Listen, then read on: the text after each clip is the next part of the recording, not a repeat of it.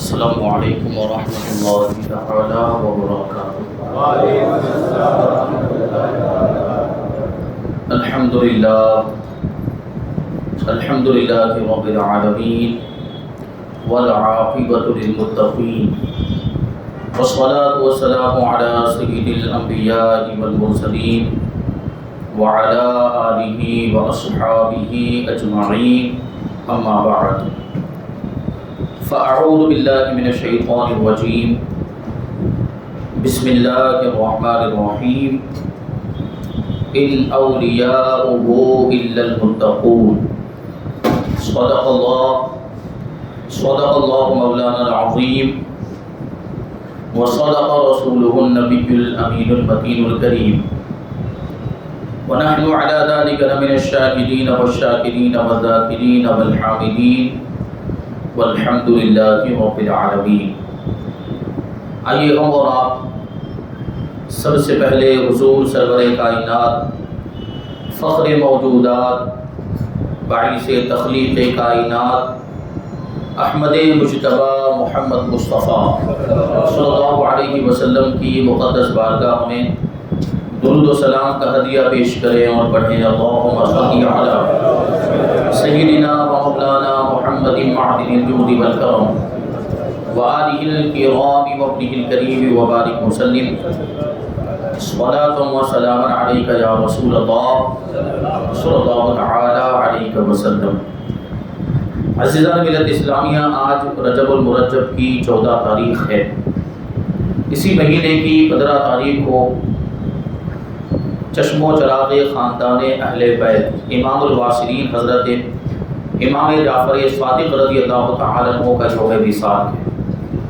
اسی مناسبت سے آج ہم انشاءاللہ تبارک و تعالی حضرت امام جعفر صادق رضی اللہ تعالی عنہ کا تذکرہ کریں گے۔ امام جعفر صادق رضی اللہ تعالی عنہ متقی، پرہیزگار، اللہ سے ڈرنے والے، دنیا سے بے رغبتی رکھنے والے اور بہت ہی بلند و بالا مقام پر فائز تھے، ولی کامل تھے، صاحب کرامت، بہت ساری کرامتوں کا بھی ظہور ہوا۔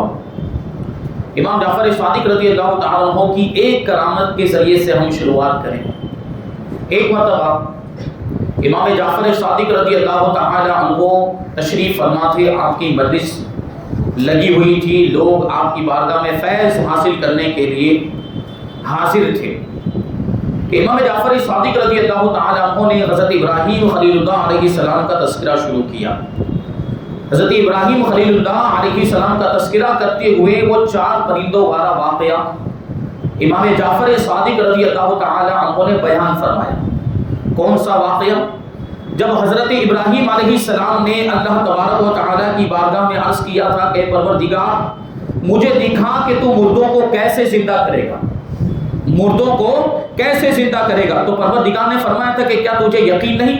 تو حضرت ابراہیم علیہ السلام نے کہا تھا کہ یقین تو ہے، میں اس لیے یہ مطالبہ کر رہا ہوں تاکہ میرے دل کو سکون حاصل ہو جائے، یعنی میں مشاہدہ کر لوں، اپنے ماتھے کی آنکھوں سے یہ دیکھ لوں کہ تو مردوں کو کیسے زندہ کرے گا تاکہ میرے دل کو چین حاصل ہو جائے۔ ولیکن لیطمئن قلبی، حضرت ابراہیم علیہ السلام نے یہ بات عرض کی تھی تو اللہ تبارک و تعالیٰ نے کیا فرمایا؟ فخذ اربعۃ من الطیر فصرهن الیک، 4 پرندے لے لو اور ان 4 پرندوں کو اپنے سے مانوس کر لو، پھر ان کو ٹکڑے ٹکڑے کر کے ایک ملانے کے بعد اس کا ایک ایک حصہ ایک ایک پہاڑ پر رکھ دو۔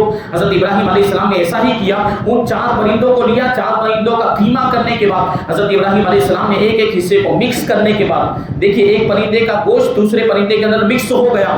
اللہ تبارک و تعالیٰ کے حکم کے مطابق وہ پرندوں کے قیمے کو آپ نے الگ الگ پہاڑوں پر رکھ دیا، پھر ان پرندوں کو آواز دے کر پکارا تو وہ پرندوں کا جو قیمہ تھا وہ الگ ہوا، جو ایک پرندے کا قیمہ تھا وہ ساتھ میں جمع ہو کر اپنے سر سے آ کر مل گیا۔ یہ واقعہ بیان کرنے کے بعد حضرت امام جعفر صادق رضی اللہ تعالیٰ عنہ حاضرین مجلس سے کہتے ہیں کہ اگر آپ کہو تو میں بھی پرندوں کو زندہ کر کے دکھا دوں، اگر آپ کہو تو میں بھی پرندوں کو زندہ کر کے دکھاؤں۔ تو حاضرین مجلس نے کہا کہ ہاں حضرت ضرور دکھائیے۔ تو حضرت امام جعفر صادق نے 4 پرندے منگوائے، اس میں ایک مور تھا، ایک کوا تھا، ایک باز تھا اور ایک کبوتر، یہ 4 پرندے منگوائے، ان کو ذبح کر کے قیمہ بنانے کا حکم دیا گیا، پھر اس قیمے کو آپس میں ملا دیا گیا اور ان پرندوں کے جو سر تھے امام جعفر صادق رضی اللہ تعالیٰ عنہ نے ان سروں کو الگ الگ اپنے پاس محفوظ رکھا، پھر ان پرندوں کے قیمے کو جو ملا دیا گیا تھا حضرت امام جعفر صادق رضی اللہ تعالیٰ عنہ نے ایک ایک پرندے کا نام لے کر پکارا، اے مور، اے کوے، اے باز، اے کبوتر، آپ کا نام لے کر پکارنا تھا کہ وہ پرندوں کا جو قیمہ تھا وہ اڑا اور الگ الگ ہو کر ایک پرندے کا گوشت ایک ساتھ میں ہو گیا، وہ جسم تیار ہو گیا، اور وہ جسم تیار ہونے کے بعد امام جعفر صادق نے اپنے پاس جو پرندوں کے سر محفوظ رکھے تھے ہر پرندے کا دھڑ اسی سر سے آ کر مل گیا اور امام جعفر صادق رضی اللہ تعالیٰ عنہ کی کرامت سے وہ سارے کے سارے پرندے فوراً زندہ ہو گئے۔ سبحان اللہ، سبحان اللہ۔ تو یہ امام جعفر صادق کی کرامت، اور یہ بات یاد رکھیں کہ اللہ کے ولیوں کی جو کرامتیں ہوتی ہیں وہ کسی نہ کسی اللہ کے نبی کے معجزے کا مظہر ہوا کرتی ہیں۔ تو امام جعفر صادق کی یہ کرامت حضرت ابراہیم خلیل اللہ علیہ السلام کے معجزے کا مظہر ہوئی کہ یہ اس طریقے سے کرامت کا یہ اظہار فرمایا ہے، ظاہر فرمایا۔ یہ امام جعفر صادق رضی اللہ تعالیٰ عنہ کا مقام و مرتبہ۔ امام جعفر صادق رضی اللہ تعالیٰ عنہ کون ہیں؟ جن کے نام کی ہم کنڈے کی نیاز کرتے ہیں، کھیر پوری کی نیاز کرتے ہیں۔ یہ کھیر پوری کی نیاز مشہور ہو گئی، ورنہ ضروری نہیں کہ کھیر پوری ہی کی نیاز کی جائے، کوئی اور دوسری کھانے کی چیز ہو اس پر بھی فاتحہ گرایا جا سکتا ہے اور ایصال ثواب کیا جا سکتا ہے، لیکن ہم نے اپنی آسانی کے لیے کھیر پوری کو متعین کر لیا، وہ بھی جائز ہے، وہ بھی ثواب کا کام ہے، اس میں بھی کوئی حرج نہیں ہے۔ یہی ہے امام جعفر صادق رضی اللہ تعالیٰ عنہ۔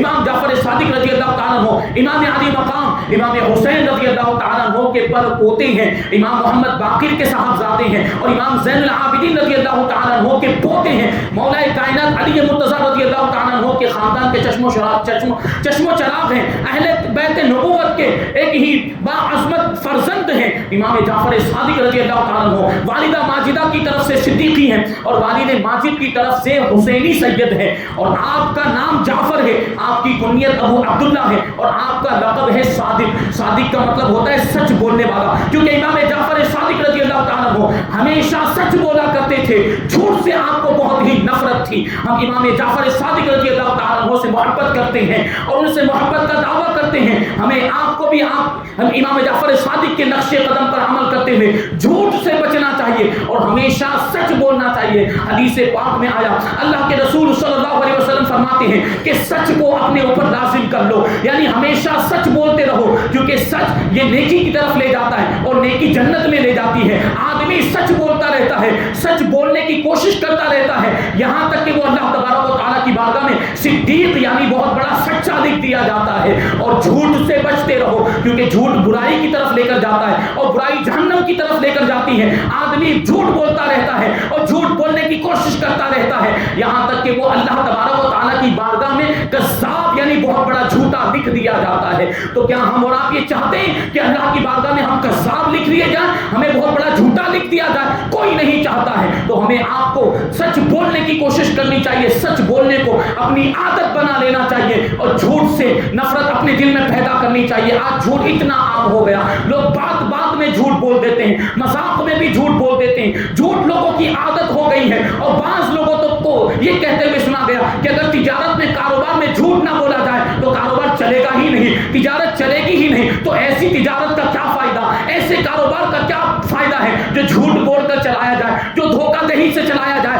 جو فریب کے ذریعے سے چلایا جائے؟ کیونکہ دھوکہ ہے، جھوٹ ہے، فریب، اسلام اس کی اجازت نہیں دیتا، اور ان چیزوں کی وجہ سے کاروبار کی برکتیں ختم ہو جاتی، روزیوں کی برکتیں ختم ہو جاتی۔ تو جو لوگ ایسا کہتے ہیں وہ جھوٹ بولتے ہیں کہ جھوٹ کے بغیر کاروبار نہیں چلے گا۔ ایک تو وہاں جھوٹ بول رہے ہیں، دوسرا یہ جملہ بول کر اور زیادہ جھوٹ بولتے ہیں، گناہ پر گناہ کا کام یہ کرتے ہوئے نظر آتے ہیں۔ تو جھوٹ سے بچنا چاہیے، اور جھوٹ سے بچنا کوئی مشکل نہیں، بہت ہی آسان کام ہے۔ امام جعفر صادق کی زندگی کو دیکھیں، اللہ والوں کی زندگیوں کو دیکھیں، ان کی زندگیاں جھوٹ سے پاک ہوا کرتی تھی، وہ کبھی جھوٹ نہیں بولتے تھے۔ تو امام جعفر صادق رضی اللہ تعالیٰ عنہ کی زندگی سے ہمیں یہ سبق ملتا ہے کہ ہمیں ہمیشہ سچ بولنا چاہیے اور جھوٹ کبھی بھی نہیں بولنا چاہیے۔ چاہیے. یہی امام جعفر صادق رضی اللہ تعالیٰ عنہ. دیکھیے ایک مرتبہ کیا ہوا, ایک شخص آپ کے پاس آیا, وہ حج کے لیے جا رہا تھا, اس نے 10,000 دینار سونے کے سکے 10,000 دینار آپ کی بارگاہ میں پیش کیے اور کہا کہ یہ آپ کو امانت کے طور پر دے کر جا رہا ہوں, میں حج کرنے کے لیے جا رہا ہوں, حج کرنے کا ارادہ ہے, آپ ان دینار کے ذریعے سے میرے لیے ایک مکان خرید کر رکھنا, میرے لیے ایک مکان خرید کر رکھنا. اب وہ تو حج کے لیے چلا گیا, جب واپس آیا وہ امام جعفر صادق رضی اللہ تعالیٰ عنہ کی بارگاہ میں حاضر ہوا اور اپنے دینار کے بارے میں پوچھا, اپنے مکان کے بارے میں پوچھا کہ آپ نے ان دیناروں کے ذریعے سے مکان خریدا کہ نہیں میرے لیے. تو امام جعفر صادق رضی اللہ تعالیٰ عنہ نے کیا فرمایا, دیکھیے یہ اللہ والوں کی باتیں, یہ ان کے انداز نرالے ہوتے ہیں. امام جعفر صادق نے کہا کہ ہم نے تمہارے لیے جنت میں مکان خریدا ہے, ہم نے تمہارے لیے دنیا میں نہیں بلکہ جنت میں. مطلب یہ تھا کہ وہ دینار اللہ کی راہ میں خرچ کر دیے. اب امام جعفر صادق رضی اللہ تعالیٰ عنہ نے یہ فرمایا کہ ہم نے تمہارے لیے جنت میں مکان خریدا. یہ صرف زبانی جمع خرچ نہیں تھا, یہ صرف لفافی نہیں تھی, یہ اللہ کے ولی کی زبان سے نکلی ہوئی بات تھی. امام جعفر صادق رضی اللہ تعالیٰ عنہ نے اس کی رسید بھی عطا فرمائی جو دستاویز کی حیثیت رکھتی. جنت میں مکان ان کے لیے ہو گیا, جنت میں مکان ان کے لیے خریدا گیا. امام جعفر صادق نے دنیا ہی میں اس کا دستاویز بھی عطا فرما دیا ہے.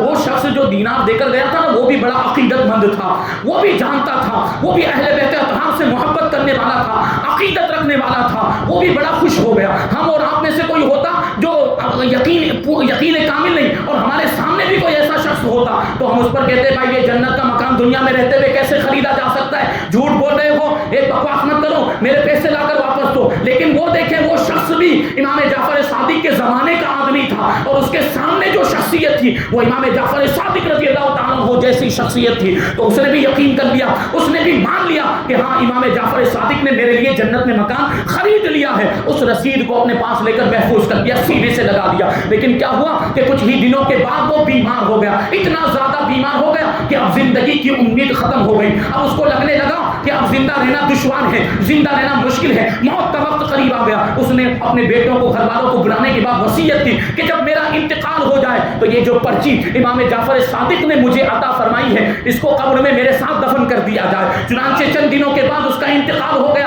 اور اس کی وصیت کے مطابق امام جعفر صادق رضی اللہ تعالیٰ عنہ کی دی ہوئی پرچی اس کی قبر میں دفن کر دی گئی, اس کو اس کی قبر میں رکھ دیا گیا. دوسرے دن لوگ اس کی قبر پر پہنچے تو کیا دیکھتے ہیں کہ وہ پرچی اس کی قبر کے اوپر پڑی ہوئی ہے. لوگوں نے پرچی کو اٹھایا, پرچی کو الٹ کر دیکھا, ایک جانب تو وہ جنت کے مکان کا دستاویز لکھا ہوا تھا, دوسری طرف پیچھے کی جانب لکھا ہوا تھا کہ امام جعفر صادق نے مجھ سے جو وعدہ کیا تھا اللہ تبارک و تعالیٰ نے وہ وعدہ پورا فرما دیا. یعنی اس کو جنت میں وہ مکان مل گیا جو امام جعفر صادق نے اس کے لیے خریدا تھا. یہ اللہ والے ہیں کہ دنیا میں رہتے ہوئے جنت کے مکان عطا فرما دیا کرتے.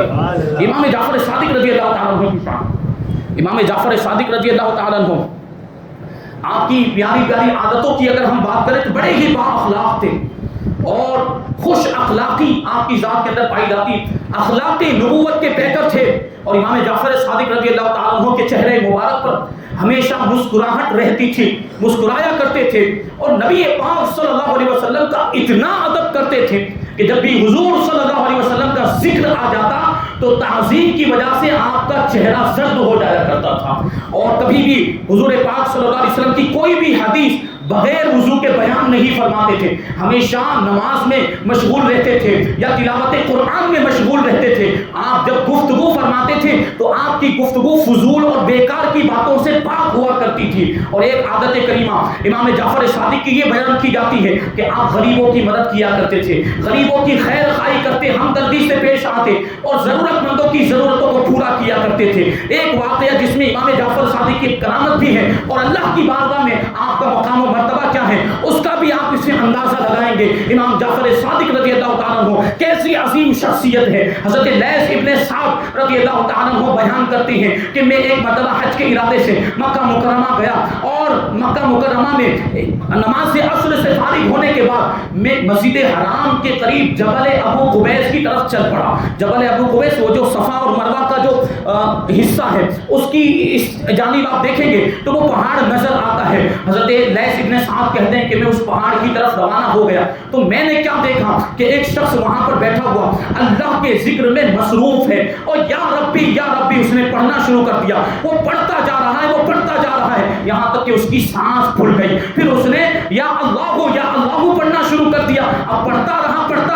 پھر سے اس کی سانس پھول گئی، پھر اس نے یا حیو یا قیوم پڑھنا شروع کر دیا، اور اتنا پڑھا کہ پھر سانس پھول گئی، پھر اس نے یا رحمانو پڑھنا شروع کر دیا، اور اتنا پڑھا کہ پھر سے اس کی سانس پھول گئی، پھر اس نے یا ارحم الراحمین پڑھنا شروع کر دیا، پھر سے اس کی سانس پھول گئی۔ وہ اس طریقے سے اللہ کا ذکر کیے جا رہا تھا۔ جب وہ ذکر سے فارغ ہوا تو اللہ تبارک و تعالیٰ کی بارگاہ میں عرض کرتا ہے کہ اے پروردگار مجھے انگور کھانے کی خواہش ہے، مجھے انگور کھلا دے۔ اے پروردگار میری یہ چادر پھٹ گئی ہے، میری یہ چادر پرانی ہو گئی ہے، مجھے نئی چادر عطا فرما دے۔ حضرت لیث ابن سعد رضی اللہ تعالیٰ عنہ کہتے ہیں کہ ابھی اس شخص کے جملے پورے بھی نہیں ہوئے تھے، ابھی اس کی بات مکمل بھی نہیں ہوئی تھی کہ میں نے دیکھا کہ ایک ٹوکری ہے جو انگوروں سے بھری ہوئی ہے، اور وہ انگور کا موسم بھی نہیں تھا۔ مطلب کیا ہوا کہ وہ جنت سے انگور پہنچائے گئے تھے، اور ساتھ میں جو دو چادریں بھی وہاں پر موجود تھی ان انگوروں کی ٹوکری کے ساتھ۔ مجھے بڑا تعجب ہوا کہ یہ انگور کیسے آ گئے اور یہ دو چادریں کہاں سے آ گئی۔ اب وہ شخص جو تھے، وہ شخص جو پہاڑ کے پاس اللہ کے ذکر میں مشغول تھے، انہوں نے انگور کھانے کا ارادہ کیا۔ تو حضرت لیث ابن سعد کہتے ہیں کہ میں نے عرض کیا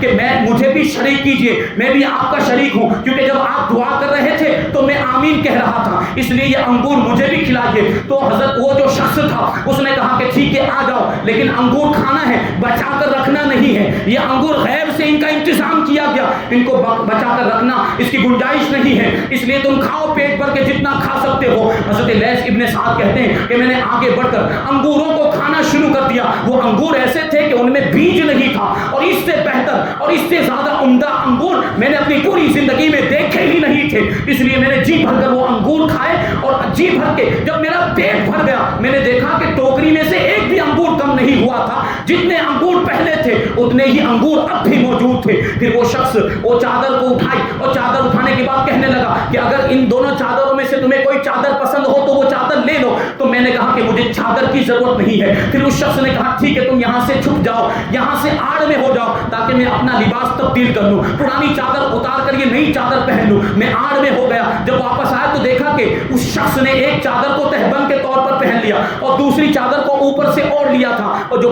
پرانی جو دو چادریں تھیں ان کو اپنے ہاتھ میں لے کر وہ چل دیا، اور چلتے چلتے وہ مقام صفا اور مروہ کے پاس آ گیا، جہاں صفا اور مروہ پہاڑی ہے وہاں تک وہ پہنچ گیا۔ میں بھی ان کے اس شخص کے پیچھے پیچھے چلتا رہا۔ اب جب صفا اور مروہ کے پاس وہ شخص پہنچا تو ایک آدمی سے ملاقات ہوئی۔ وہ آدمی اس شخص کو دیکھ کر کہنے لگا کہ اے اللہ کے رسول صلی اللہ علیہ وسلم کے پیارے فرزند، میرے پاس لباس نہیں ہے، مجھے لباس عطا فرمائیے۔ اللہ تبارک و تعالیٰ آپ کو لباس پہنائے۔ اب امام جعفر صادق کے پاس وہ پرانی چادریں تھیں، فوراً وہ پرانی چادریں اس شخص کو مانگنے والے کو عطا فرما دی۔ اب حضرت لیث ابن سعد کہتے ہیں کہ میں نے اس آدمی سے پوچھا جس کو اس شخص نے چادریں عطا کی تھی کہ یہ چادر عطا کرنے والے بزرگ ہیں کون؟ تو وہ شخص جواب دیتا تمہیں نہیں پتا، یہ اللہ کے رسول صلی اللہ علیہ وسلم کے فرزند حضرت جعفر ابن محمد رضی اللہ تعالیٰ عنہ ہیں، یعنی یہ امام جعفر صادق رضی اللہ تعالیٰ عنہ ہیں۔ حضرت لیث ابن سعد کہتے ہیں کہ اس کے بعد میں نے امام جعفر صادق رضی اللہ تعالیٰ عنہ کو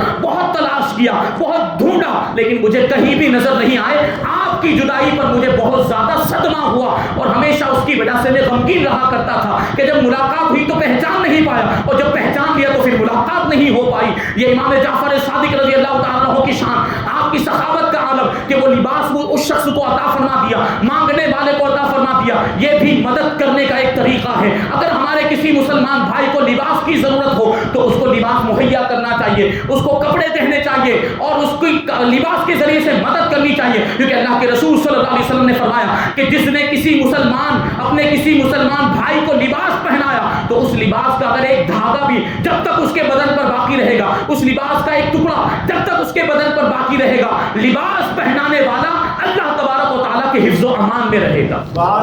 یعنی جب تک وہ لباس پہنتا رہے گا، جب تک وہ لباس اس کے جسم پر رہے گا، لباس پہنانے والا اللہ تبارک و تعالیٰ کی حفاظت میں رہے گا۔ آج حفاظت کی کس کو ضرورت نہیں؟ ہر کسی کو حفاظت کی ضرورت ہے۔ تو اپنے مسلمان بھائیوں کو، ایسے مسلمان بھائی جن کے پاس صحیح لباس بھی نہیں ہے، جو بہت ہی غریب ہیں، لباس اچھے لباس کا انتظام نہیں کر سکتے، تو ان کے لیے لباس کا انتظام آپ کریں، آپ ان کی مدد کر دیں۔ اللہ کے رسول صلی اللہ علیہ وسلم نے فرمایا دوسری حدیث پاک میں کہ جس نے کسی بے لباس مسلمان کو لباس پہنایا، اللہ تبارک و تعالیٰ اسے جنت کا سبز لباس پہنائے گا۔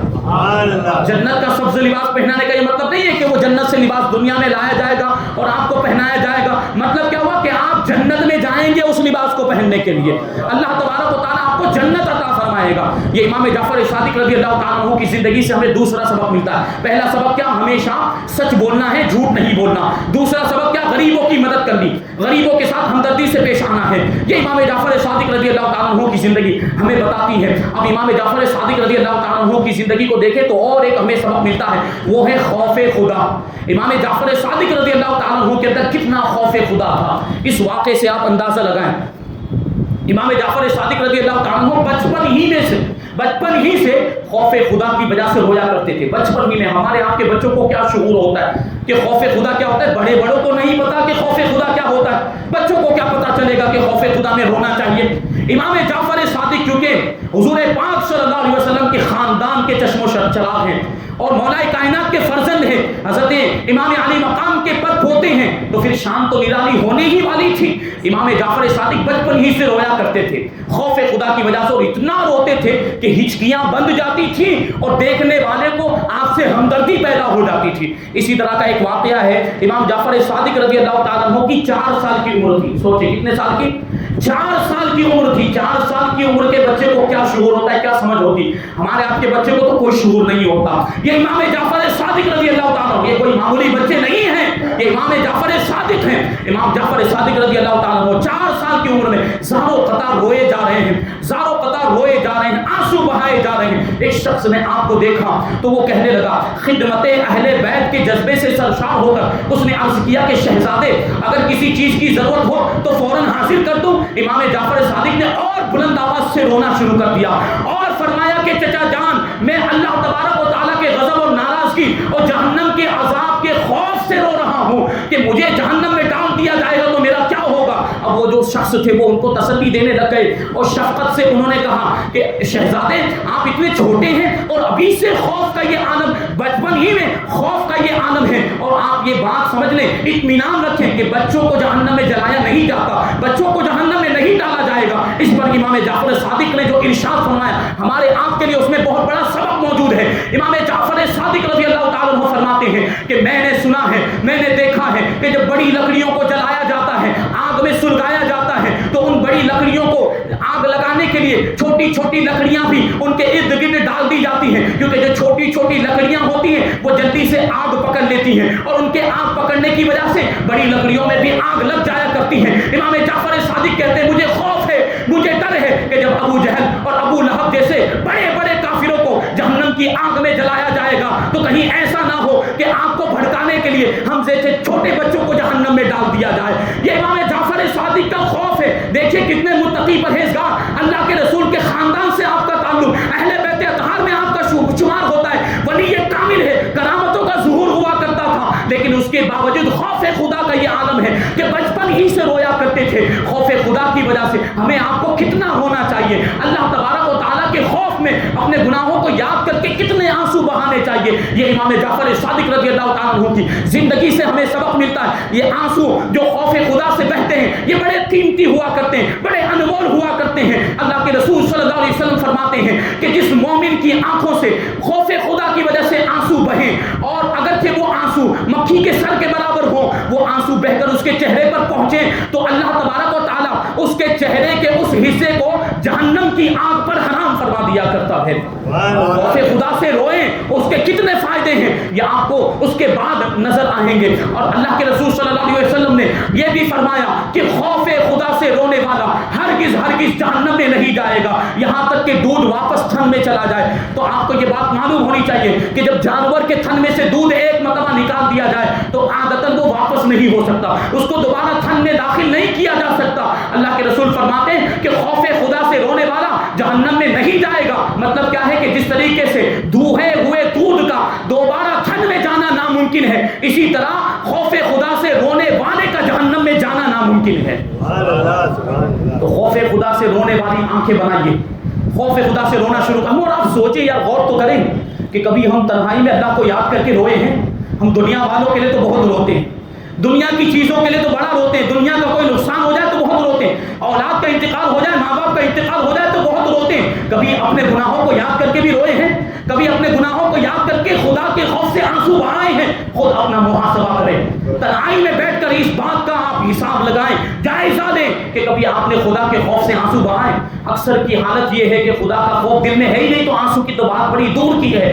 تو خدا کا خوف دل میں پیدا کیجئے. خدا کا خوف یہ اللہ تبارک و تعالیٰ کی بہت بڑی نعمت ہے کہ جس دل میں خدا کا خوف پیدا ہو جاتا ہے وہ گناہوں سے بچتا ہے اور زیادہ سے زیادہ نیکیوں کے کام کرتا ہے.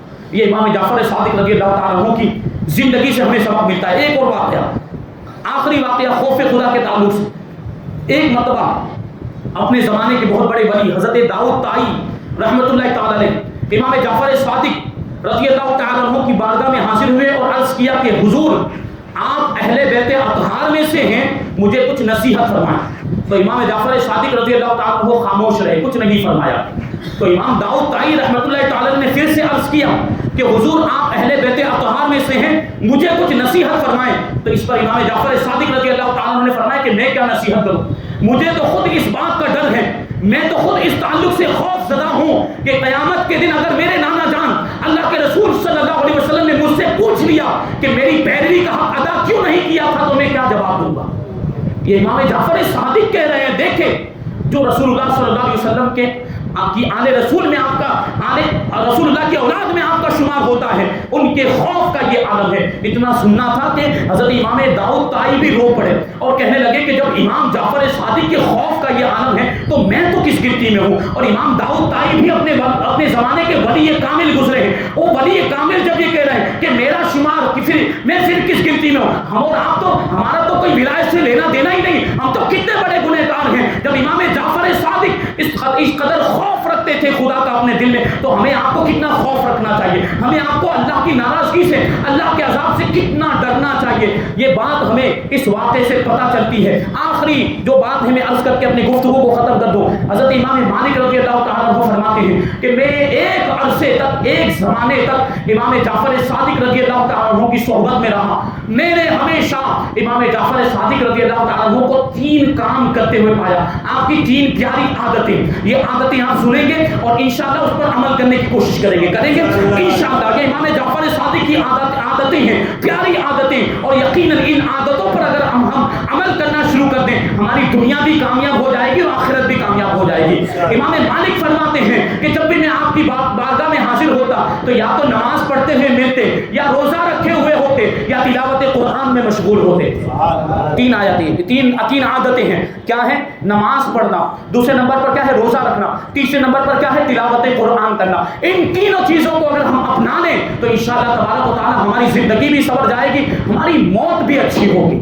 موت کا بھی تو ہر کسی کو یہ خطرہ رہتا ہے اور اس کی فکر ستاتی ہے کہ موت کی سختیوں سے آدمی محفوظ رہے. اگر ہم نماز کی پابندی شروع کر دیں، نماز پنجگانہ با جماعت ادا کرنا شروع کر دیں، روزوں کی پابندی شروع کر دیں، رمضان المبارک کے روزے فرض ہیں وہ روزے پابندی کے ساتھ رکھیں اور کثرت کے ساتھ تلاوت قرآن کرتے رہیں اور صحیح انداز میں قرآن پاک پڑھیں. ایسا نہیں غلط سین بھی وہی تو بڑی شین بھی وہی تو چھوٹی سین بھی وہی، ایسا نہیں. صحیح تلفظ کے ساتھ، صحیح مخرج کے ساتھ قرآن شریف پڑھنا سیکھیں اور پھر اس طریقے سے پڑھیں تو پھر دیکھیں دلوں کو کیسا اطمینان حاصل ہوتا ہے، دل کو کیسا سکون حاصل ہوتا ہے. یہ عبادت کریں. آپ بے چینی اور بے قراری، ڈپریشن کے حالات بہت بڑھتے جا رہے ہیں. لوگ گھبراہٹ اور بے چینی کی، بے قراری کی شکایتیں کرتے ہیں. سارا قرار تو اللہ کی عبادت میں ہے، سارا سکون تو تلاوت قرآن میں ہے اور سارا چین تو اللہ تبارک و تعالیٰ کو راضی کرنے میں رکھا ہے. اللہ کیسے راضی ہوتا ہے؟ نماز پڑھنے سے راضی ہوتا ہے، روزے رکھنے سے راضی ہوتا ہے، تلاوت قرآن کرنے سے راضی ہوتا ہے. گناہوں کی وجہ سے دل کالا ہو جاتا ہے، گناہوں کی وجہ سے دل پر زنگ لگ جاتا ہے.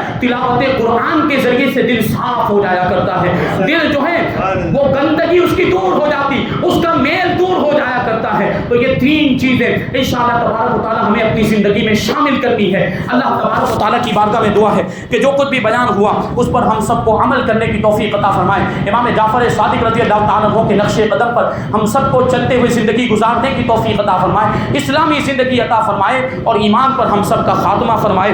وما علینا